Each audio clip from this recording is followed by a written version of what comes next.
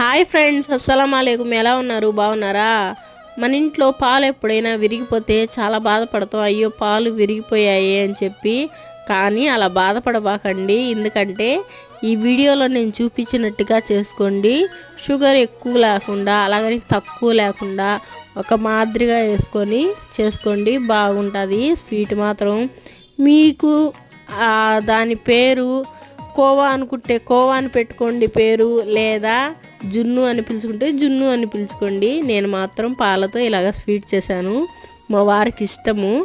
ఇలాగ చేసి ఇచ్చాను. ఎలా ఉంది అంటే బాగుంది అని చెప్పారు. కొత్తగా ఎవరైనా మన ఛానల్ని చూస్తే లైక్ చేయండి, షేర్ చేయండి, సబ్స్క్రైబ్ చేయండి. మీరు కూడా ఇలా చేసుకొని తినేయండి. వీడియోలో అది బయటికి రాదు కదా దానికని. అలాగని రోజు పాలు ఇరక్కొట్టుకోబాకండి. అప్పుడప్పుడు అయినప్పుడు ఇలా చేసుకొని తినండి. Okay friends, bye.